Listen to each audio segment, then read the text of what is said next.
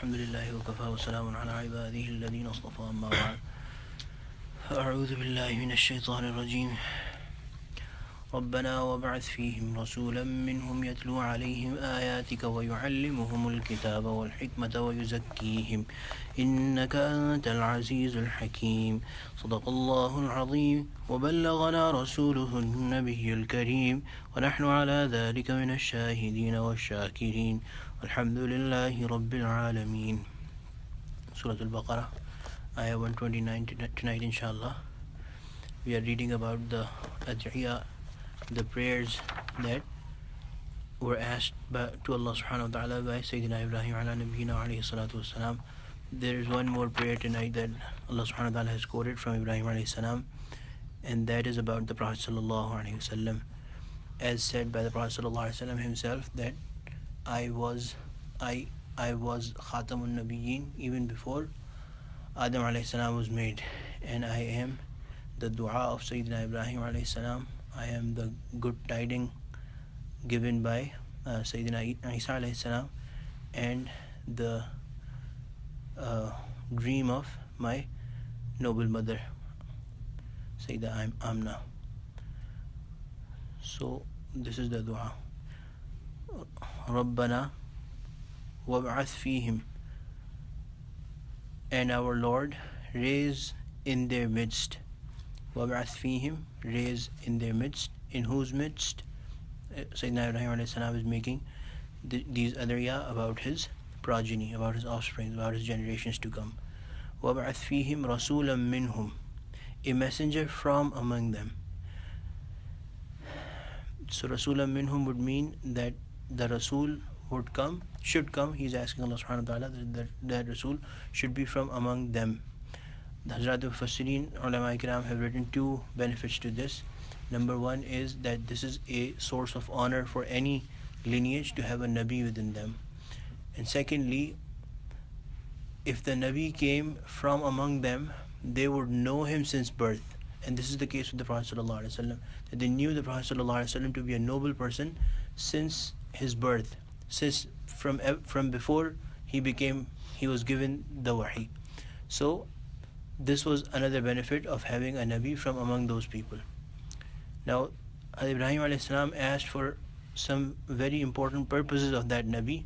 Number one, yatlu alayhim ayatik, that Nabi should recite to them your verses.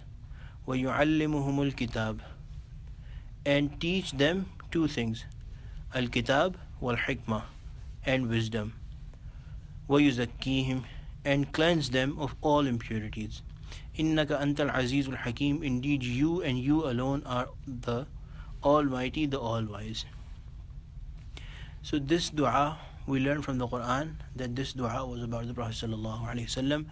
Why? Because in Surah Al Imran and Surah Jumu'ah, Allah subhanahu wa ta'ala has exactly used these exact words to define the purpose of sending the Prophet sallallahu alaihi wasallam.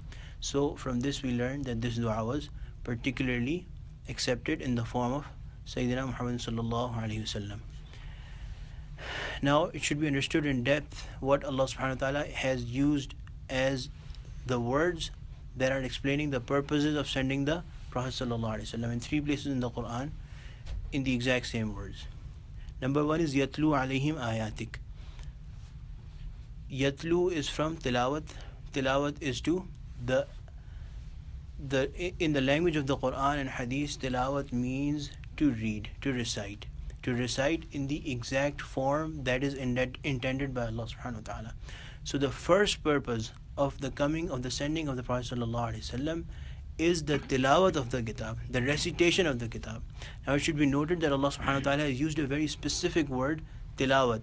Allah subhanahu wa ta'ala has not, when it comes to learning what is contained within the words, Allah subhanahu wa ta'ala has used a separate purpose, declared that a wholly different purpose altogether, a separate purpose altogether, where yu'allimuhum, gives them the knowledge of what? Al-kitab wal-hikmah. But only tilawah has been mentioned by Allah subhanahu wa ta'ala as a purpose of sending the Nabi sallallahu alaihi wasallam all by itself, in of itself.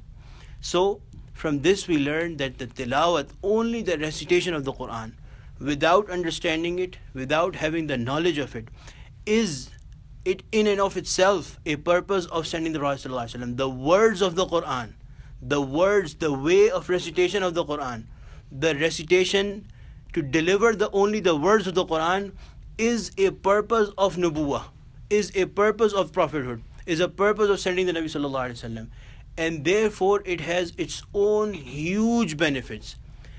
And therefore we learn that the Sahaba Ridwanullahi alaihim ajma'in, they never claimed that they knew the meaning of the whole Quran, but they would recite the Quran, only the words of the Quran, several times a day. It comes to our Sahaba 3-4 times in one day, only recitation of the words. That's going on. And in the Akabirin of the Ummah, even in the recent past, or maybe even today, reciting only the words of the Quran, one full Quran per week, only the recitation. Nobody is claiming to understand the meanings or to deliver the meanings or to reflect upon the meanings. So there's virtues within only the tilawat of the Quran. Unfortunately, there's people who would say that without reading, without understanding any book, what is the benefit therein? It should be understood that Quran are the words of the Quran are the words of Allah subhanahu wa ta'ala. And Quran has a specific, a special standing in this manner that only the recitation alone is beneficial and contains huge benefits. In fact, the ulama say, let alone the reciting and the actual delivering of the words of the Quran, but also listening to the Quran, seeing the Quran, picking the Quran in your hands is a means of rewards in the eyes of Allah subhanahu wa ta'ala. So that should be understood from this ayah number 1. Number 2 then comes وَيُعَلِّمُهُمُ الْكِتَابَ وَالْحِكْمَةِ. Then after the knowledge of words, after the knowledge of recitation of words, after the knowledge of deliverance of words, comes the second purpose, which is وَيُعَلِّمُهُمُ الْكِتَابَ وَالْحِكْمَةِ. He gives the knowledge. So not only the words, but also what do the words mean. وَيُعَلِّمُهُمُ الْكِتَابِ. The words of the book. Here the book means Kitabullah, the Quran, and also hikmah. Hikmah, the literal translation would be wisdom, but Hazrat Mufti Shafi Sahib has written, extracting from various tafasir, he has gone with the explanation of Imam Ibn Kathir, that he has said that different meanings of hikmah in the words of Sahaba, in the words of the Prophet ﷺ, in the words of different Mufassirin, they all come down to one thing: the sunnah of the Prophet ﷺ, the hadith of the Prophet ﷺ, the sayings and the ways of the Prophet ﷺ. So the second purpose of the Prophet ﷺ is giving the Sahaba, the people, knowledge of the book, knowledge of the words of the Quran, the meaning of the words of the Quran, and to give them the knowledge of its practical application through his sunnah, through his words, through his noble words of hadith sallallahu alayhi wasallam. Now when words have been said, when knowledge has been gained, third comes the most important thing, which is the actual action, and that is referred to as وَيُزَكِّيهِمْ. That Allah subhanahu wa ta'ala has said, Sayyidina Ibrahim alayhi salam asked Allah subhanahu wa ta'ala to give his people a Nabi who would purify them. Now tazkiyah basically means purification, and when we said in the language of the Quran, tazkiyah applies not only to the external self of one person, but the internal self. So the external impurities are very clear. For example, pollutions, external pollutions, all the impurities. But the internal pollution, the internal impurities, we all know those. We keep on talking about these.